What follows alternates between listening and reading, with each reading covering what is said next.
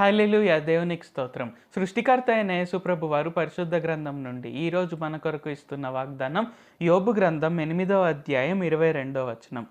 అయితే ఇంకను ఆయన నీకు నోటి నిండా నవ్వు కలుగజేయును, ప్రహర్షముతో నీ పెదవులను నింపును.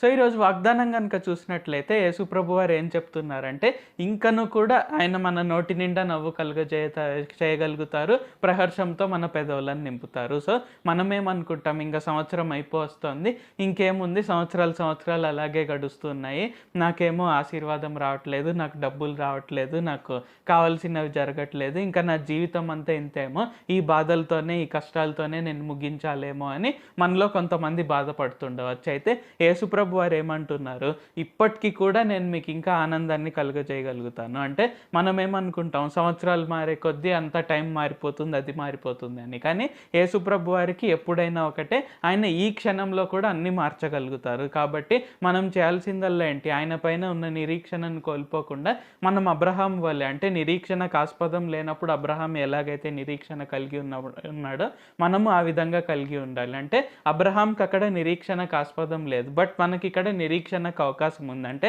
యేసుప్రభు వారు మన కళ్ళ ఎదుట చాలా సాక్ష్యాలు ఉంచారు, ఆయన చాలా అద్భుతాలు మన జీవితాల్లో జరిగించారు, మనల్ని అనేక విధాలుగా ఆశీర్వదించారు, మనల్ని ప్రొటెక్ట్ చేశారు.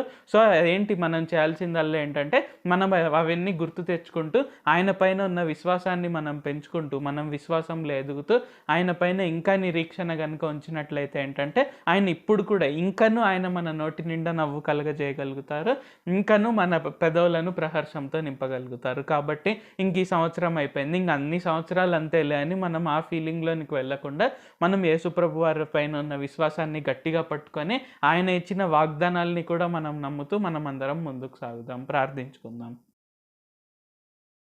ప్రభువా, దేవా, సర్వాధికారి, మాకు ఇంకొకసారి ప్రార్థించుకునేందుకు అవకాశం ఇచ్చినందుకు వందనాలు తండ్రి. మీరు మా కొరకే చేసిన ప్రతి ఒక్క మేలుని బట్టి మీకు వందనాలు, స్తుతులు, స్తోత్రాలు తండ్రి. ఈరోజు వాగ్దానంని బట్టి వందనాలు తండ్రి.